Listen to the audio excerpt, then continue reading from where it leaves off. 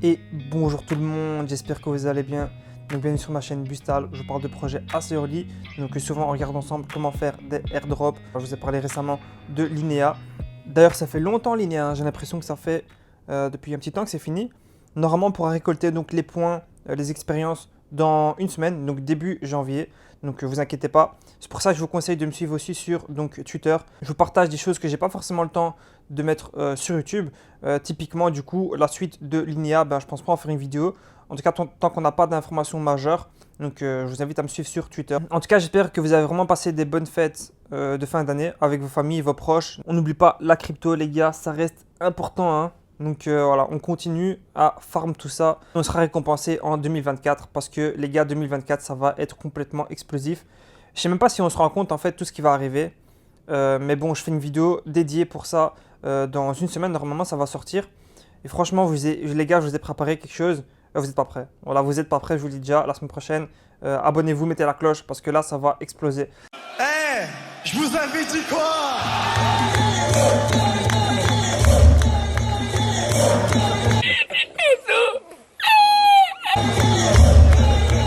Déjà là, j'espère que vous profitez quand même du marché qui monte un peu. Donc voilà, si vous êtes bien positionné, vous avez des bonnes cryptos, normalement, vous êtes assez bien là pour le moment. Et donc, j'ai décidé en cette fin d'année de faire une petite rétrospective sur tous les airdrops qu'on a eu en 2023. Parce que ça nous permet en fait d'avoir une idée de comment peut être la suite du coup pour 2024. Sachant que pour moi, 2023, ça a été une bonne année, mais sachez que c'est rien comparé à ce qu'on va voir l'année prochaine. Donc voilà, j'ai préparé pour vous les gars, vraiment juste pour vous, un petit document ici, donc une petite présentation. Voilà, j'ai voulu faire ça bien propre. Donc pour moi c'est comme l'histoire hein. Vous voyez l'histoire, on peut apprendre de l'histoire. En regardant le passé, ça nous apprend à faire attention et apprendre comment appréhender le futur. Et voilà, on va faire la même chose du coup avec les airdrops. Ok, c'est parti. On va commencer directement avec Arbitrum les gars. Le plus gros airdrop qu'on a eu cette année, c'était en début d'année. Donc le snapshot avait été pris pour Arbitrum en début février. Et on voit que l'annonce a été faite le 16 mars. Donc on a eu entre le snapshot et l'annonce un mois et demi environ. Et on peut voir que les critères, pour moi, Arbitrum, les critères qui ont été utilisés, pour l'instant, c'est les meilleurs que j'ai vus. Parce que ça récompense vraiment les utilisateurs actifs, tout simplement du réseau. Et c'est vraiment comme ça que ça devrait fonctionner pour les airdrops. Bon, si vous suivez ma chaîne, normalement, ça devrait vous parler parce que c'est les critères que j'utilise vraiment le plus souvent pour les autres Layer 2. Donc on peut avoir par exemple ZK Sync, Scroll, Starknet, etc. Donc on a par exemple bridgé des fonds vers Arbitrum, faire des transactions sur la durée. Donc par exemple faire une transaction chaque mois, c'est vraiment important pour marquer des points. Donc soit faire 100 transactions, soit avoir interagi avec 100 smart contracts différents. Donc ici aussi avoir fait beaucoup de volume, c'est vraiment important. Et donc ici quand je parlais de bridge, avoir bridgé un grand montant, c'était aussi un critère. Et aussi Arbitrum, en fait il y a Arbitrum One et Arbitrum Nova. Et on voit que si on avait interagi avec Arbitrum Nova aussi, on aurait eu des points en plus. Donc ça, les gars, c'est vraiment le plus gros airdrop qu'on a eu directement début d'année. Ça avait choqué tout le monde, je me souviens. Et depuis ce moment-là, vraiment, il y a eu beaucoup de monde qui rentrait en fait dans les airdrops. Je pense qu'il y avait Aptos juste avant. Ensuite, on a eu Sui, donc un Layer 1 tout simplement. Le snapshot avait été pris début février. Et l'annonce a été faite donc le 15 avril 2023. Après pour moi, Sui, c'est pas vraiment un airdrop parce que moi j'avais farmé ça de ouf les gars et j'ai pas été éligible. Tout simplement, en plus j'avais deux comptes Discord pour refaire l'histoire. Ils ont fait vraiment quelque chose de trop bizarre. Ils n'avaient pas le droit en fait de faire un airdrop, tout simplement parce que voilà, on va dire que niveau réglementation c'était compliqué aux États-Unis. Du coup, ce qu'ils ont fait, c'est qu'ils ont tout simplement permis aux gens d'acheter à un prix très faible le token. Voilà, en fait, c'est comme si c'est un airdrop, hein, parce qu'on va dire que le token là, il est à quoi 0,8. Donc voilà, c'est un fois 20, fois 30 sur le prix de départ. Donc on pouvait avoir 1500 tokens. Et il fallait donc avoir rejoint le Discord avant le 1er février pour avoir une chance d'être éligible. Moi j'avais deux comptes qui étaient éligibles, deux comptes Discord. Et sur aucun des deux, j'ai pu participer tout simplement parce qu'ils ont sélectionné que 50 000 personnes. Je ne sais plus combien. Mais en tout cas, vraiment, Swisscam. Voilà, moi je dis Swisscam. Je suis dégoûté. Rien que pour ça, j'ai même plus envie d'entendre parler du Layer 1, parce que voilà, ça m'a dégoûté en fait. Même si c'est un bon projet, voilà, j'ai même plus envie d'entendre parler de ce projet-là. On va passer directement avec Sei. Bon, Sei Scam, je ne le mets pas au niveau de Sui, je le mets vraiment au top tier du scam parce que là vraiment c'était n'importe quoi. On a dû faire, donc pour tous ceux qui ont participé au testnet, l'annonce a été faite en mi-août. Les gars, c'est n'importe quoi, c'était éclaté au sol. Ok, c'est un bon projet, mais vous les gars, vous avez scam les gens. Simplement, on a participé de ouf, on a farm ça et on a quasiment rien reçu. Après, vous allez me dire, ouais, c'est le risque à payer. Mais je trouve qu'ils ont tellement mal fait ça et j'aurais pu faire ça beaucoup mieux.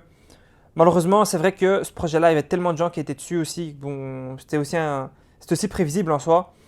D'ailleurs, je le savais, je ne m'attendais pas vraiment à grand-chose. Mais bon, voilà, on va dire que le projet reste bon. On passe ensuite à Celestia, les gars. C'est complètement... en fait, ça, c'est la folie. Celestia, les gars, je vous le dis, c'est la folie. Déjà, le projet, il est incroyable en soi. Mais en plus de ça, le token, il a explosé. Malheureusement, moi, je vous le dis, hein, honnêtement, moi, j'ai vendu trop tôt. Mais bon, ça, on peut jamais savoir à l'avance. En tout cas, j'espère que vous avez encore le token. Sachez que donc, le snapshot avait été pris ici, donc début janvier 2023, alors que l'annonce a été faite, on va dire, fin septembre. Donc, on voit que c'est quand même 10 mois après le snapshot. Pourquoi? Ben, souvent, dans l'écosystème Atom Cosmos, ben, les snapshots sont pris vraiment des fois même un an avant pour les stakers, etc. Donc, ici, on peut voir que c'était un peu un airdrop surprise parce qu'on ne s'y attendait pas vraiment. Il y a beaucoup de gens qui ont été éligibles.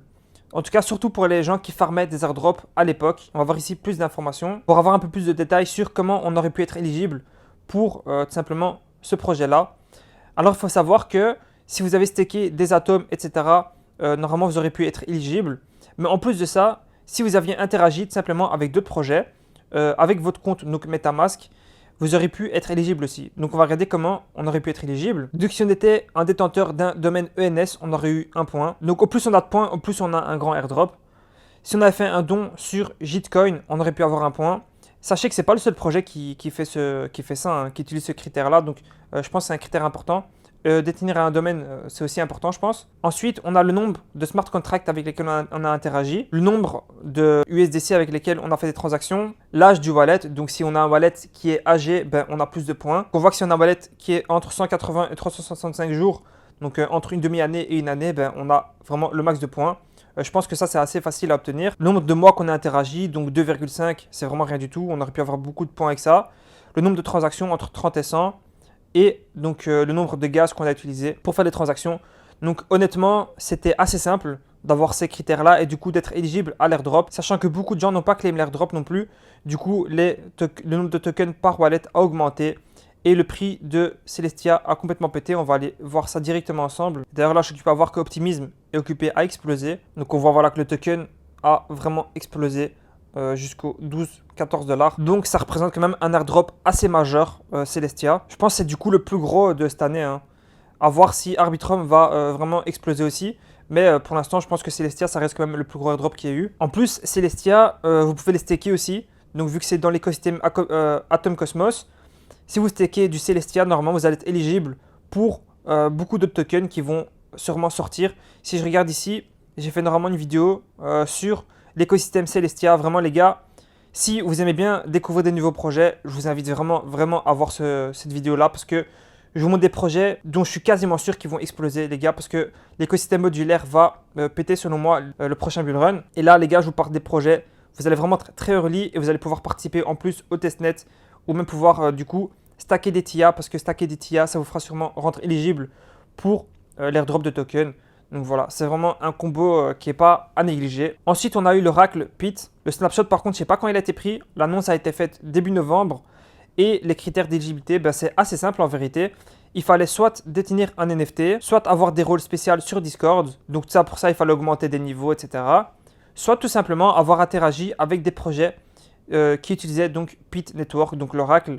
Et moi, j'ai fait une vidéo sur le prochain Oracle qui, je pense, va faire un airdrop qui s'appelle simplement Redstone. Moi, malheureusement, je n'ai pas été éligible pour Pit. Pourtant, je pensais avoir interagi avec des projets qui intégraient Pit. Mais bon, voilà, je ne sais pas pourquoi. Ensuite, il y a eu, les gars, sûrement ça, vous avez entendu parler, hein, si vous êtes sur Twitter, Jito qui a fait un airdrop. En fait, il y a très peu d'adresses qui ont été éligibles pour cet airdrop-là. Et c'est pour ça que le prix du token aussi était très élevé. Et vu le nombre de wallets qui étaient éligibles, bah voilà, ça a fait un combo explosif. Les gens ont reçu vraiment énormément de tokens et du coup, ils ont pu vendre ça vraiment à un prix assez élevé et se sont mis assez bien. Moi, je ne suis pas vraiment un utilisateur de Solana, donc je n'ai pas été éligible. En fait, c'est un projet de liquid staking, si j'ai bien compris. Donc, il fallait staker des sols pour être éligible. Donc, il y a des snapshots qui avaient été pris, etc. Ça, vous pouvez normalement le faire sur toutes les blockchains. Donc, je vous invite à staker au moins 1 ou 2 tokens, par exemple de Sui, Aptos, etc. Sur des projets de liquid staking, ça pourrait potentiellement vous rendre éligible. On a Namada, donc un layer 1 de nouveau dans l'écosystème Atom Cosmos. Donc, normalement, si vous avez staké des tokens, il fallait staker des Cosmos, Osmosis, et vous aurez été normalement éligible. En tout cas, j'aime bien le projet. On verra si le token vaudra beaucoup ou pas. Ça, je peux pas vous le dire maintenant. On peut aussi participer donc au testnet. J'ai fait un tweet dessus. N'hésitez pas à aller voir mon tweet si ça vous intéresse. Donc, c'est un testnet incitatif. C'est-à-dire qu'en interagissant, on recevra des tokens. Donc, pourquoi pas. Ensuite, on a Frame, donc Layer 2. Il y a un snapshot qui avait été pris pour tous ceux qui avaient en fait tradé des NFT. Donc, 2022 et 2023, je pense. Et du coup, l'annonce a été faite fin décembre. Voilà, donc n'hésitez pas à aller checker si vous êtes éligible. Normalement, j'ai fait un tweet dessus sur mon Twitter. Vous pouvez de nouveau retrouver ça là-bas. Donc voilà, là, en vrai, il n'y avait rien d'autre à faire que trader des NFT sur le réseau ETH. Donc moi, je suis personnellement éligible à un peu de token frame. Ensuite, d'autres airdrops que j'ai pas forcément mentionné ici parce que voilà, on va dire qu'ils étaient plus petits. On a Seamless, Arkham, Maverick, CyberConnect, GameSwift, Vela, Space ID. Et dans l'écosystème Cosmos, on a Neutron, Arch, etc. Ici, il y a pas mal de projets, on va dire, qui sont backés par Binance. Par exemple, CyberConnect, Space ID, Maverick. Tout ça, c'est des projets, normalement, si je me souviens bien, Arkham aussi. Mais c'est des projets, en fait, qui sont backés par Binance Labs. Et en fait, du coup, ce que j'ai fait, moi, c'est que j'ai recherché un peu tous les projets qui étaient backés par Binance et qui n'ont pas encore de token et dont on peut interagir. Voilà, tout ça, j'ai fait un petit résumé. Je vous montrerai ça la semaine prochaine, les gars. Je vous ai dit une grosse vidéo qui arrive et une grosse annonce aussi. Je ne vous ai pas encore dit, mais une grosse annonce qui arrive normalement semaine prochaine aussi. Donc une grosse vidéo plus une grosse annonce semaine prochaine, les gars. Donc maintenant, une réflexion sur tout ce qu'on a vu. Donc on a des airdrops inattendus pour les wallets travaillés. Par wallet travaillé, je veux dire des wallets qui sont actifs depuis en tout cas plus d'1 an. Donc on a vu par exemple avec Celestia. Les critères se répètent. Voilà, souvent c'est les mêmes critères qui viennent. Donc dans le prochain slide, je vous montre les critères. Il faut se focus sur les plus gros airdrops. Donc ça, j'ai mis ça parce que ça va être important pour la prochaine vidéo. Ou quand je vous montrerai des projets, en fait, ce sera à vous de faire un choix des projets avec lesquels vous voulez interagir ou pas. Et dans ces choix-là, moi, je vous conseille quand même d'interagir avec les projets qui sont les plus prometteurs. Bien sûr, vous avez des petits projets qui peuvent faire des airdrops. Mais sachez que les gros projets resteront toujours, en tout cas pour ma part, la priorité. Donc là, je vous parlais de stake des TIA pour des futurs airdrops donc sur Cosmos. Donc ça, je vous invite à voir ma vidéo dont je vous parlais là tantôt. Aussi un point important, quand un projet annonce un airdrop, souvent c'est poubelle 50%. C'est-à-dire que si un projet dès le départ annonce qu'il y a un airdrop, il faut vraiment faire attention parce que ça veut dire qu'il y a beaucoup de gens qui vont venir sur le projet. Et donc potentiellement, le nombre de wallets éligibles vont augmenter et donc la part va diminuer donc, pour chaque personne. Voilà, c'est assez logique, mais donc il faut faire attention à ça. Aussi récemment, ça je ne l'ai pas écrit, mais récemment, il y a un système de points. Je ne sais pas pourquoi, en fait, avant, il y avait le système de points, mais on va dire que ce n'était pas public, on va dire. Ce n'était pas pour tout le monde. Les développeurs savaient savaient comment récolter les points, mais ce n'était pas encore disponible pour tout le monde. Et là, j'ai l'impression, par exemple, si on regarde Kubo, Avenu, on va dire un peu les projets sur Starknet, mais même d'autres projets, tout le monde quasiment commence à faire des systèmes à points. Et je trouve ça pas forcément bien. Voilà, j'aurais préféré que les gens ne farment pas, que les projets n'annoncent pas de système de points. Parce que maintenant, ça veut dire qu'il y a plus en plus de gens qui vont aller vers les projets justement qui proposent ce système-là. Du coup, je ne sais pas trop quoi penser. Les gros projets, je continue bien sûr à les farm. Les projets qui annoncent des points, je suis un peu plus mitigé. Même si les projets j'aime bien, je continue quand même. Donc maintenant, réflexion sur les critères.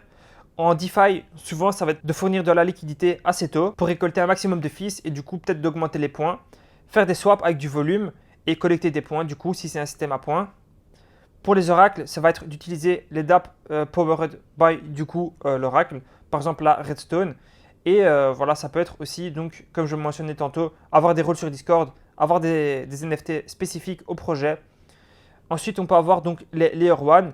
Les Layer 1, ça va être important de run des nodes et de faire le testnet. Voilà, c'est les deux choses vraiment très importantes. Ensuite, pour les Layer 2, j'ai pris les critères de Arbitrum. Voilà, pour moi, c'est les plus importants. Donc, actif sur la durée, utiliser le plus de smart contracts possible, faire des transactions, faire du volume, bridger, etc. Donc tout ça, vraiment, c'est la base. Si vous faites tout ça sur la durée, normalement, c'est bon.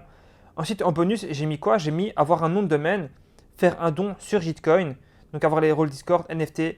Ensuite, il y a Galxe et Zilli. Donc tout ça, c'est pour simplement augmenter l'XP. Je pense que ça peut vraiment être important pour le futur. Et vous verrez la semaine prochaine quand je vous montrerai des projets. Il y en a qui utilisent Galxe et Zilli. C'est assez chiant, mais je le fais vraiment pour les projets que je trouve vraiment pas mal. Donc voilà, ici vous avez pour moi les critères les plus importants. Dites-moi vous en commentaire si vous pensez à autre chose que j'ai pas mentionné ici. Comme ça, je pourrais peut-être le mentionner dans la prochaine vidéo. Et maintenant les gars, on parle de 2024. Ça va exploser les gars, on n'est pas prêt. Vous verrez la semaine prochaine quand je vous montrerai la vidéo que ça va péter tout simplement. Déjà là, on voit, hein, vous voyez tous les airdrops ici que j'ai mentionnés, la plupart sont en novembre, décembre, parce que on comprend que le marché repart à la hausse et les gens du coup aiment bien, enfin les projets aiment bien sortir un token quand ça pump, c'est normal. Et du coup, attendez-vous à voir d'autres projets qui vont annoncer des airdrops très bientôt. Je pense par exemple à Starknet et Layer 0, les gars, on n'est pas prêts. Et je vous présente aussi le partenaire officiel de la vidéo qui est tout simplement Descend. C'est un hardware wallet, donc ça va vraiment être important pour protéger et sécuriser vos crypto-monnaies. J'ai une vidéo dédiée si jamais vous voulez avoir des informations plus précises. En tout cas, en utilisant mon lien en description, vous aurez donc une réduction de 30%. Donc vous allez payer au lieu de 160 $, vous allez payer 109 $. Et là en plus, vous pouvez gagner 150 tokens Astar si jamais vous achetez le wallet entre le 15 décembre et le 3 janvier. Donc on va voir combien ça vaut, 150 du coup Astar actuellement.